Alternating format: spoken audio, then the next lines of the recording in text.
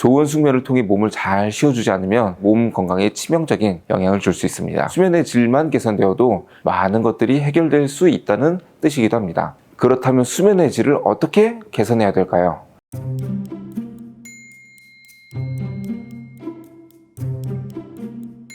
불면증, 코골이, 수면 무호흡증, 그로 인한 만성 피로 등 밤이 두려우신 분들, 그리고 좋은 잠을 자지 못하시는 분들 있으시죠? 바쁜 현대 사회를 살아가면서 점점 더 많은 분들이 수면에 대한 고민이 생기시는 것 같습니다. 오늘은 좋지 않은 수면이 몸에 미치는 치명적인 영향과 각자의 원인에 맞게 치료받고 해결해 줄 수 있는 간단한 검사까지 알려드릴 테니 편안한 밤을 보내고 싶으신 분들은 꼭 끝까지 시청해 주세요.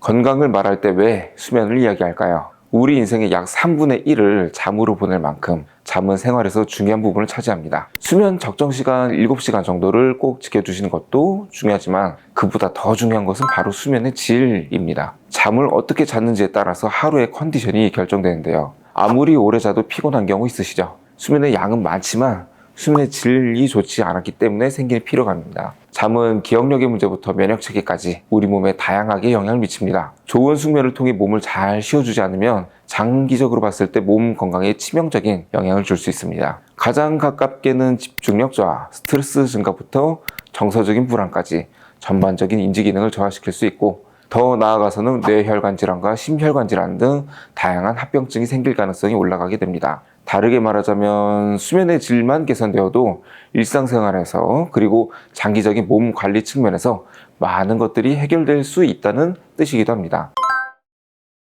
그렇다면 수면의 질을 어떻게 개선해야 될까요?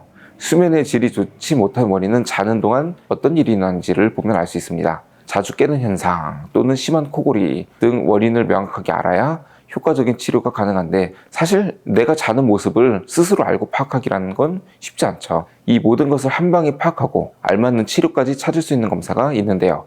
바로 수면다원 검사입니다. 수면장애 모든 것이 다 수면다원 검사로 풀릴 수 있게 될 정도로 효과적인 검사라서 수면으로 고민이 많으신 분들에게 꼭 추천드리고 싶었던 검사입니다. 수면다원 검사, 약자로 PSG는 실제 수면 중에 일어난 일련의 행위들을 한꺼번에 보는 포괄적인 수면 연구 및 진단 방법입니다. 환자분에게 센서를 부착해서 뇌파, 안구 운동, 근육 활동, 산소 포화도 등을 기록하고 동시에 수면하는 동안을 비디오로까지 촬영해서 수면 패턴을 분석합니다. 이렇게 수면 중에 일어난 모든 행위들을 종합적으로 분석해서 수면을 방해하는 요소들을 명확하게 진단할 수 있게 되는데요. 이를 통해 각자의 불면증 혹은 수면장애에 알맞는 효율적인 치료를 제공할 수 있습니다.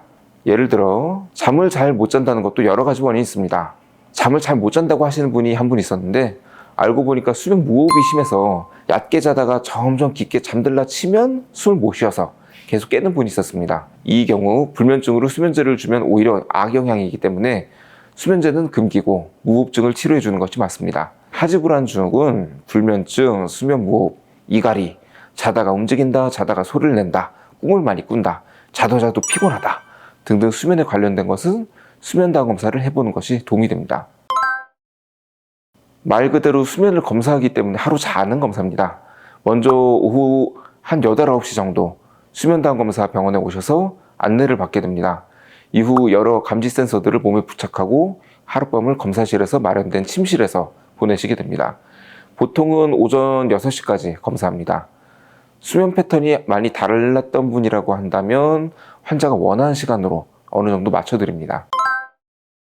일단 병원에서 기본적인 세면도구 등은 준비해 주는 경우가 많습니다만 미리 입원하기 전에 병원에 세안도구나 용품이 어느 정도까지 준비되는지 물어보시는 것이 좋습니다.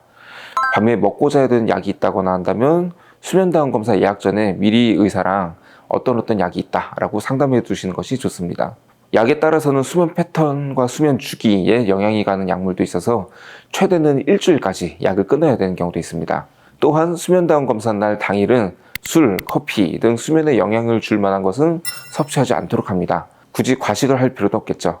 평소에 수면제 없이 못 주무셨던 분들이라도 일단 수면제는 드시지 않도록 합니다. 하지만 저희가 뇌파를 보면서 필요하면 수면제를 따로 드릴 것을 결정하기도 합니다. 오늘은 우리 삶에 많은 영향을 끼치는 수면장애에 대해 그리고 수면의 질을 올릴 수 있는 수면다원 검사에 대해 말씀드렸습니다. 이 영상을 통해 꼭 수면의 질을 개선해서 피곤한 하루에서 벗어나 삶의 질을 올려주시기를 바랍니다.